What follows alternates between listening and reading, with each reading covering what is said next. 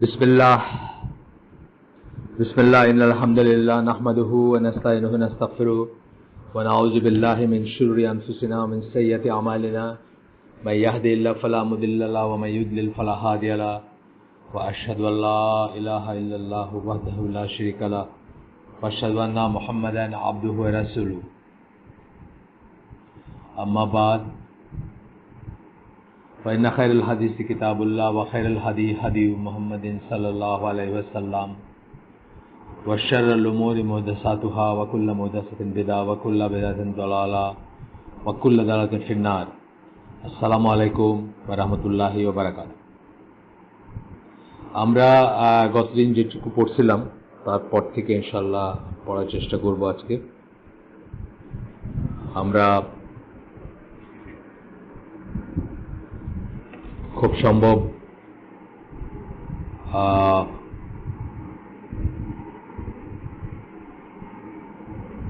26 number পর্যন্ত cover করছিলাম, যদিও নাম্বার কিছু ম্যাটার করে না, জাস্ট সিরিয়াল নাম্বার।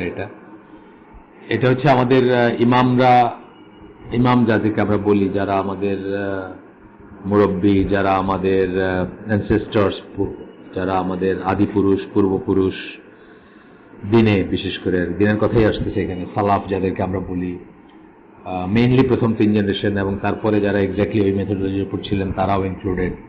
তো তাদের সেইং আমরা পড়তেছিলাম একের পর এক। এখানে ইব্রাহিম আন-নাখাই বলে একজনের পড়বো আমরা। আপনারা তো নাম শুনছেন, তার নামটা ফেমাস নাম। উনি বলছেন, if the companions of Muhammad had wiped over fingernail I would never have washed it, seeking virtue in following them. যদি অজুতে তারা মাসে করতেন, নখের উপর দিয়ে, তাহলে আমি কখনো ধুইতাম না, আমি মাসেই করতাম তাদেরকে অনুসরণ করতে গিয়ে। এটা একটা কারণ আছে। শিয়ারা কিন্তু পা ধোয় না, আপনি জানেন তো। শিয়ারা পা মুছে করে। এই সূরা মায়দার সম্ভবত যে আয়াতটা, হ্যাঁ সূরা মায়দার এই আয়াত যদ্দূর আমার মনে পড়ে, ওইখানে আরবরা যে মিনিং যেভাবে বুঝবে, আর আক্ষরিক অর্থে যদি, যেমন আই ইট রাইস, কথার কথা আমি খাই ভাত, এটা একজন বিদেশি যে ইংরেজি ভাষার সাথে নিজের ভাষাকে রিলেট করতে পারবে না, সে হয়তো বলবে আমি খাই ভাত। কিন্তু যে এই মর্মার্থটা বুঝবে, যে এইখানে যেভাবে প্লেস হয়, যার পরে যে শব্দটা প্লেস হয় বাংলায় অন্যভাবে হয়, তাহলে সে আমি ভাত খাই বলবে। সিমিলারলি ওই আয়াতটাতে আরবদের বুঝতে কোনো অসুবিধা হয় না। অথবা রাসূল সাল্লাল্লাহু আলাইহি ওয়াসাল্লামের ওযু কিভাবে করতেন, এটার কত বর্ণনা আছে আপনি দেখবেন, বা সাহাবীরা কিভাবে ওযু করতেন বর্ণনা আছে, হাদিসে আছে, অনেক হাদিস আছে এই ব্যাপারে, বা অনেকখানে পাবেন বর্ণনা। সেই বর্ণনাগুলা বা তারা যেভাবে বুঝছেন জিনিসটা, শিয়ারা আরেকভাবে বুঝছে, এবং বুঝে তারা কিন্তু পা মাসে করে, পা ধোয় না। একইভাবে এরকম আরো ব্যাপার আছে শিয়াদের আন্ডারস্ট্যান্ডিং এ। আপনি জানেন যে রাত পর্যন্ত বলাতে ওরা কিন্তু সানসেটের সময় ইফতার করে না। পাকিস্তানে যারা আছে, ফিরকায়ে জাফরিয়া বলে ওদের, পাকিস্তান টিভিতে দুইটা টাইমিং দেয়। একটা হচ্ছে নর্মাল টাইমিং, একটা হচ্ছে ফিরকায়ে জাফরিয়া, মানে শিয়াদের জাফর সাদিকের অনুসারী হিসেবে শিয়াদের একটা টাইমিং দেয়। সেটা 17-18 মিনিট পরে হয়, নর্মাল ইফতারের পরে হয়। তো ওরা এই কথাটাকে রাত পর্যন্ত বলতে ওরা বুঝছে যে রাত হইতে হবে।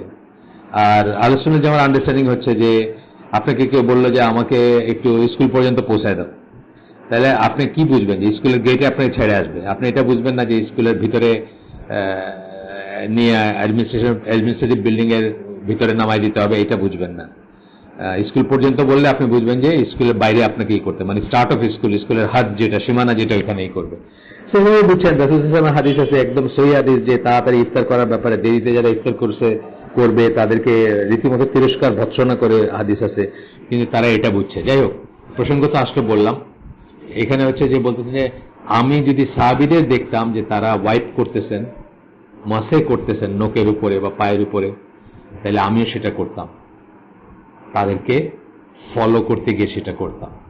আচ্ছা, এরপরটা হচ্ছে আব্দুল্লাহ বিন মুবারক, তার একটা quotation, know that death nowadays is an honor for every Muslim who meets Allah adhering to the Sunnah. ওনার সময় উনি বলছেন, মানে এটা ধরেন আব্দুল্লাহ বিন মুবারকের লাইফ টাইমটা অবশ্য আমি এক্স্যাক্টলি সাল বলতে পারবো না, পরে আপনাদেরকে বলে দিব, বাট ওই প্রথম কয়েকটা জেনারেশনের ভিতরে। তো উনি বলতেছেন যে আপনার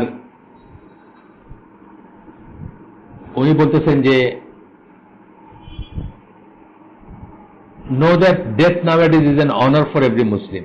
মৃত্যুটা হচ্ছে একটা সম্মানের জিনিস। who meets Allah, প্রত্যেক মুসলমানের জন্য একটা সম্মানের জিনিস, যে আল্লাহর সাথে যা দেখা হবে adhering to the sunnah, সুন্নাহর উপর থাকা অবস্থাতেই দেখা হবে। অর্থাৎ উনি তখনই ভয় পাইতেছিলেন যে মানুষ সুন্নাহ থেকে সরে যাবে, এই ব্যাপারটা এখানে প্রমিনেন্ট। জি, আসসালামু আলাইকুম। আব্দুল্লাহ বিন মুবারক আমি দেখে নিলাম 111 181 সরি 118 181 হিজরি, 118 হিজরিতে ওনার জন্ম, এবং 181 মৃত্যু। আবার আমি একটু দেখে দিচ্ছি আপনাদের, আমি বইটা নিয়ে আসছি যাতে আসলে এগুলো জানাটা খুব দরকার। আমরা তো এটা নিয়ে একটা করলাম, আপনার ওই যে আপনারা যারা আমাদের সাথে যুক্ত আছেন সে জানেন যে গত শনিবারে যখন আমাদের আলেম আসতে দেরি হচ্ছিল, 118তে জন্ম, 181তে মৃত্যু ওনার। তো উনি হাদিসের ফেমাস একজন স্কলার ছিলেন। আমরা বুঝতেছি, আমরা শিওর না যে না 118তে যখন জন্ম উনি তাবেই না, উনি তাবেই, কারণ 118তে সকল সাহাবী মারা গেছে, তাহলে উনি তাবেই হবেন ওই সময়। ওনার হচ্ছে হাদিসের স্কলার ছিলেন, ট্রাভেল হাদিস করতে গিয়ে উনি অনেক জায়গায় গেছেন, এবং ওনার জন্ম ছিল ইরাকে, এবং উনি রাক্কা, ইরাকের রাক্কা একটা আছে, আর রাক্কা তার কাছে একটা জায়গাতে মারা গেছেন। অর্থাৎ ইরাকে জন্মগ্রহণকারী পসিবলি তাবেই, এবং ওনার কথা খুবই আসে হাদিসের হিসাবে। ওনার নামটা খুব ঘন ঘন আপনার পাবেন যদি হাদিস লিটারেচার পড়েন তাহলে আর কি। তো আমার জাস্ট একটা টেম্পটেশন হইলো যে আমি আপনাদেরকে বলি, কারণ হয়তো অনেকের ইচ্ছা করবে জানতে যে উনি কোন সময়কারী ছিলেন। যাই হোক, তো ওনার এইটা আমরা পড়লাম, এইমাত্র পড়তেছিলাম, আবার আমি পড়তেছি এটা, যে nowadays honor for every Muslim who meets Allah adhering to the sunnah, যে সুন্নাহর উপর থেকে আল্লাহর সাথে দেখা করতে পারে বা দেখেন তখনই উনি চিন্তা করতেছেন যে সুন্নাহ মানুষ ছেড়ে দিচ্ছে, সুন্নাহর উপর থেকে যে আল্লাহর সাথে দেখা করতে পারে তার জন্য মৃত্যুটা একটা অনার। nowadays বলছেন মানে এখনকার দিনে, অর্থাৎ তখনকার দিনে সুন্নাহর উপর না থাকা অনেক মানুষ শুরু হয়ে গেছে, সো এটা একটা অনার। যাই হোক, অনার তো সাধারণত একটু এক্সেপশনাল জিনিস হয়, কমন জিনিস অনার হয় না, কমনের থেকে একটু বেটার যেটা সেটা হয়। যাই হোক, তারপরে বলতেছেন যে verily to Allah we belong and unto him is our return, inna lillahi wa inna ilaihi rajiun, এটাই বললেন। তারপরে বলতেছেন it is Allah that we complain of our alienation, the passing away of our brothers, আমরা আল্লাহর কাছেই complain করি আমাদের যে দুঃখ কষ্ট, সেটা আমাদের ভাইরা যে চলে যাচ্ছে, মারা যাচ্ছে, the lack of support and the emergence of bidah, lack of support and emergence, মানে আমরা যে দুর্বল হয়ে যেতেছি বা বিদআত ছড়ায় পড়তেছে চারিদিকে, সেই জন্য আমরা আল্লাহর কাছেই কমপ্লেন করি, আল্লাহর কাছে সাহায্য চাই।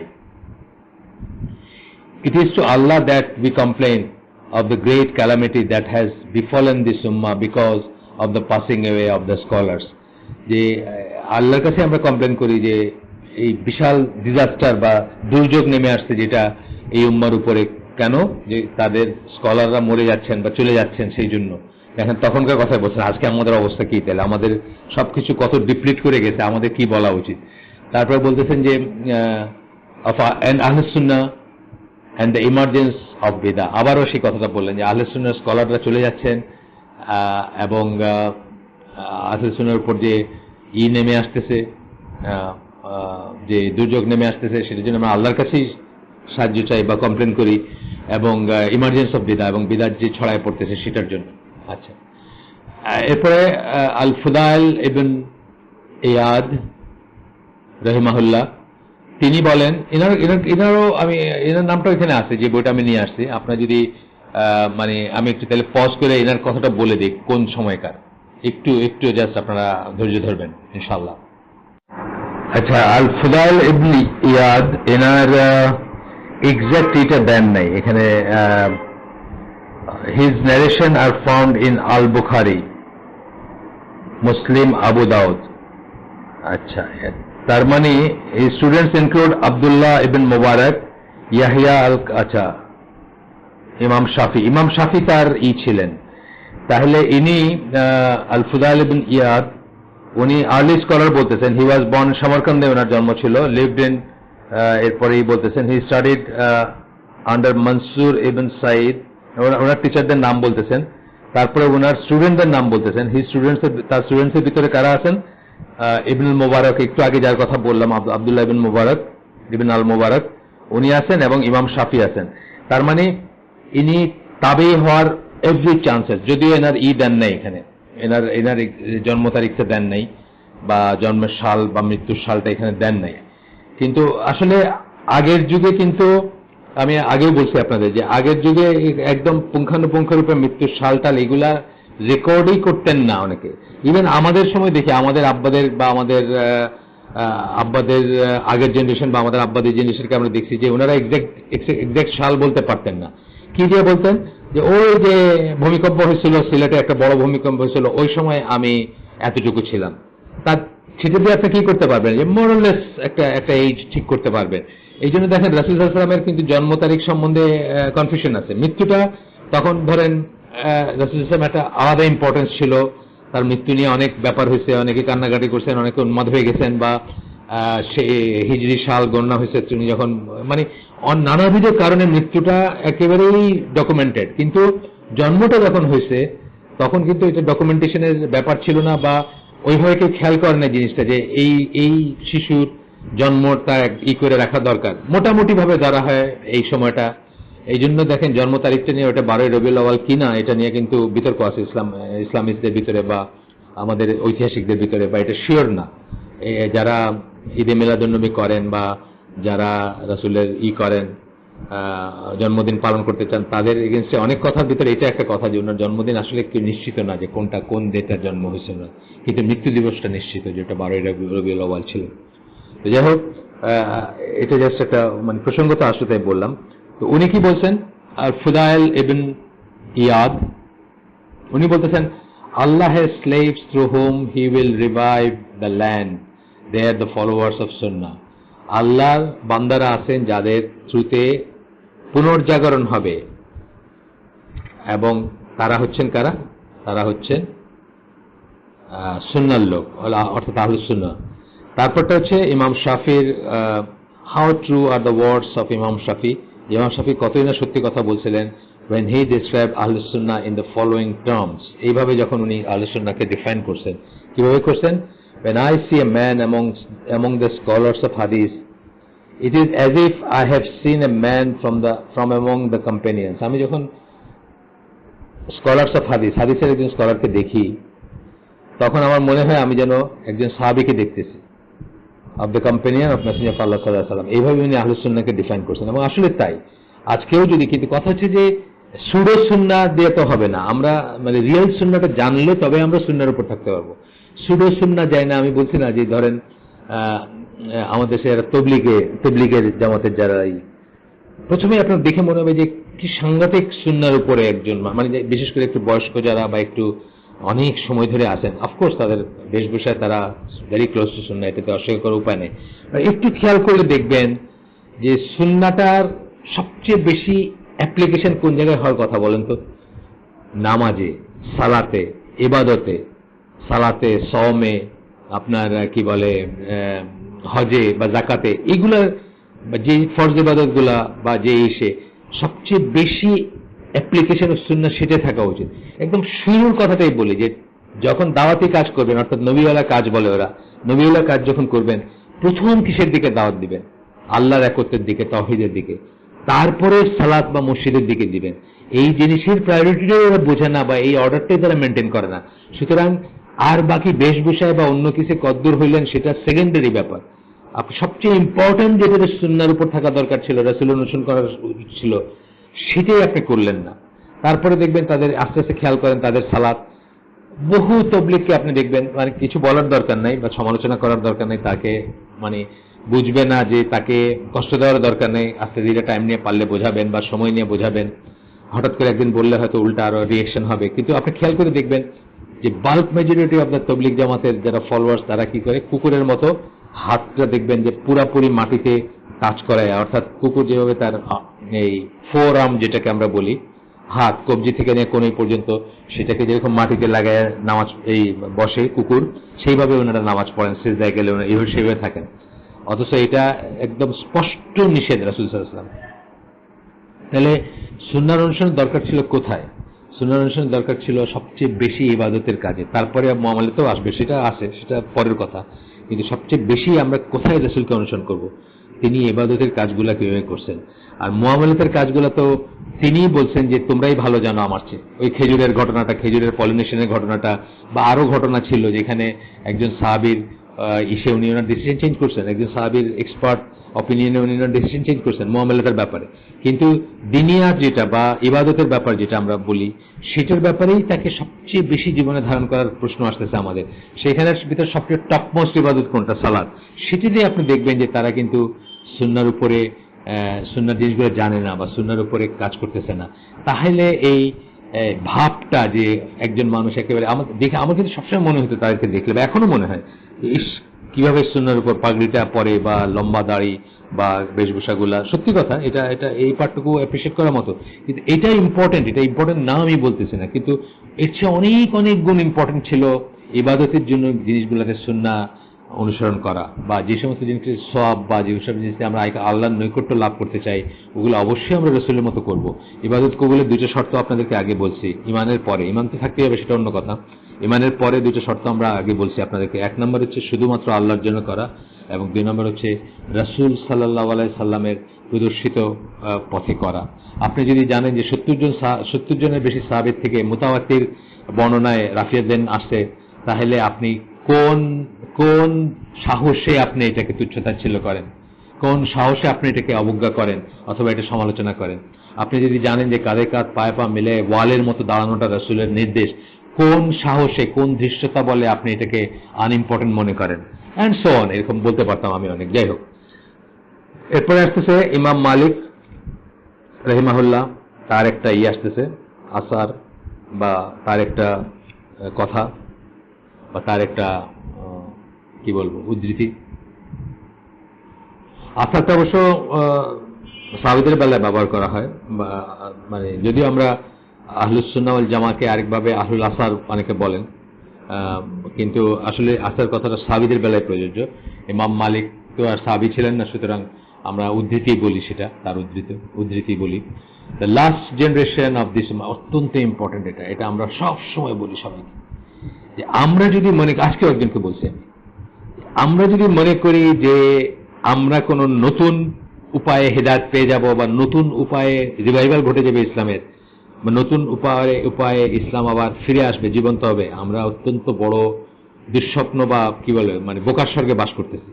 কারণ এই কথাটা মানে খুব দামি কথা, এটা আমরা বলি সবসময়, বা সবসময় স্কলাররা আলেমরা বলেন, আমাদের আলেমরা বলেন, the last generation of this উম্মাহ can only be reformed by that which reformed its first generation.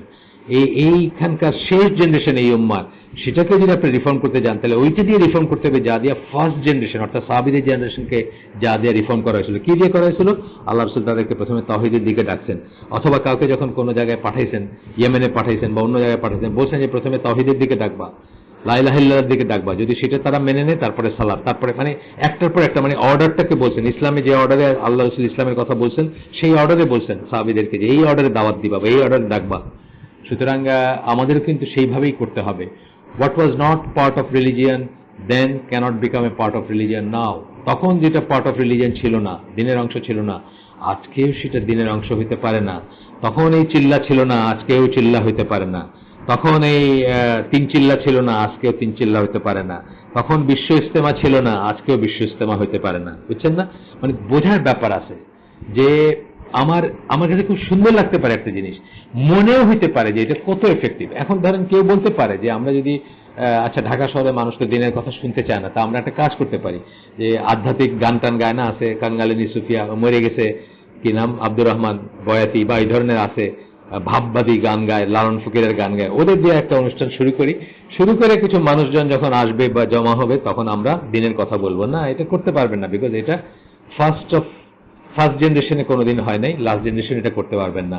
First generation এটা দিনের অংশ ছিল না, লাস্ট জেনারেশনের দিনের অংশ হবে না। আচ্ছা, আমরা এই চ্যাপ্টারটা শেষে আসছি।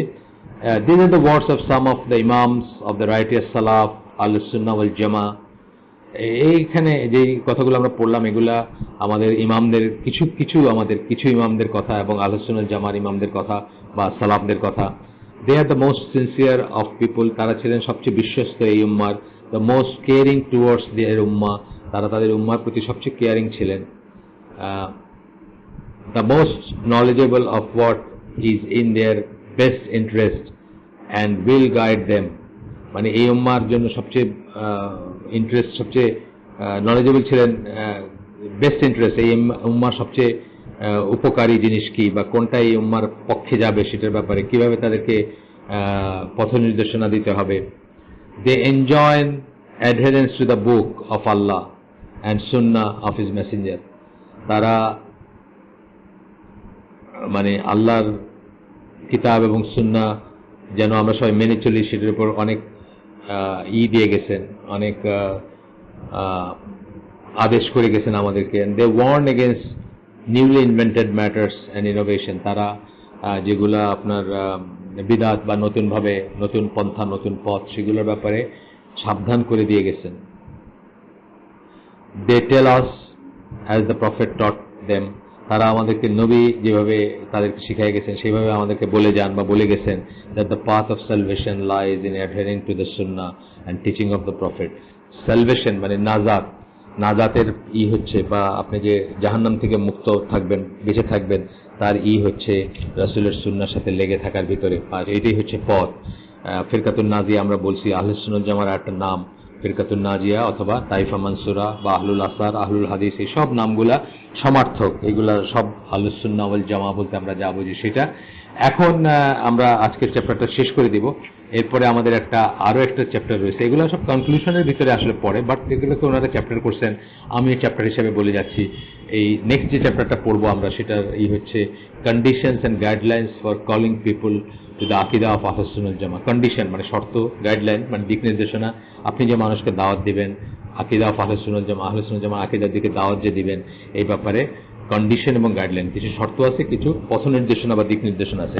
আমাদের সাথে যারা কাজ করে বা যারা উঠা বসা করে তাদেরকে, ইয়াং যারা, তাদেরকে আমরা বলি যে এসে শুনলো যে ধরেন এরকম না হলে নামাজ হবে না, বা এরকম না হলে নামাজ সঠিক হলো না, বা এরকম না হলে দোয়া কবুল হবে না, বা ইত্যাদি এরকম যা শুনলো, বাসায় গিয়ে বাপের পয়লা দিনই বাপরে, আব্বা তোমার তো নামাজ হইতেছে না, তুমি তো এতদিন ধরে যা নামাজ পড়ছো সব বাতিল, এই ধরনের কথা মানুষকে কোনো দিন মানে তার ভিতরে আপনি সৃষ্টি করতে পারবেন না, সে বরং বিদ্রোহী হয়ে যাবে এবং সে হয়তো অল টুগেদার দিন থেকে বাইরে হয়ে যেতে পারে। এগুলো কখনোই করবেন না, এগুলোর জন্য গাইডলাইন আছে, এগুলোর জন্য স্টেপ বাই স্টেপ যাইতে হবে, ফার্স্ট কাম ফার্স্ট দাওয়াত দিতে হবে, বা ফার্স্ট কাম ফার্স্ট, যেটা বললাম যে methodology of the prophets in calling to Allah, যে কথাটা একটা বই কথা আমরা আপনাদেরকে বলছি যে আল্লাহর দিকে ডাকার ব্যাপারে নবী রাসূলদের পদ্ধতি এবং ছিল কি, প্রক্রিয়া কি ছিল সেটা জানতে হবে। তারা কিসের দিকে প্রথম দাওয়াত দিয়েছেন, তারা মানে দায়ী ইলা আল্লাহ, তারা আল্লাহর দিকে দাওয়াত দিয়েছেন, এবং সেই দাওয়াতের শর্তগুলা কি ছিল। আমরা চেষ্টা করবো ওই বইটার থেকেও 7টা শর্ত ছিল ওইটা পড়তে, বা এখান থেকে যা আছে পড়তে, যদি ডিফারেন্ট হয় আমরা ইনশাআল্লাহ নেক্সট দিন আপনাদেরকে এই নিয়ে কথা বলবো। আজকের জন্য তাহলে শেষ করে দিই। সুবহানাকা আল্লাহুম্মা বিহামদিকা আশহাদু আল্লা ইলাহা ইল্লা আনতা আস্তাগফিরুকা ওয়া আতুবু ইলাইক। আমরা যে শুনলাম তার ভিতরে ভালো কিছু শুনে থাকলে সমস্ত প্রশংসা আল্লাহর, আলহামদুলিল্লাহ। খারাপ কিছু শুনে থাকলে সমস্ত ব্যর্থতা আমার, এবং সেটা শয়তানের তরফ থেকে। আল্লাহ আমাদেরকে তৌফিক দেন যা শুনলাম তার উপর আমল করার, ভালো যেটা শুনলাম তার উপর আমল করার। আসসালামু আলাইকুম ওয়া রাহমাতুল্লাহি ওয়া বারাকাতুহু।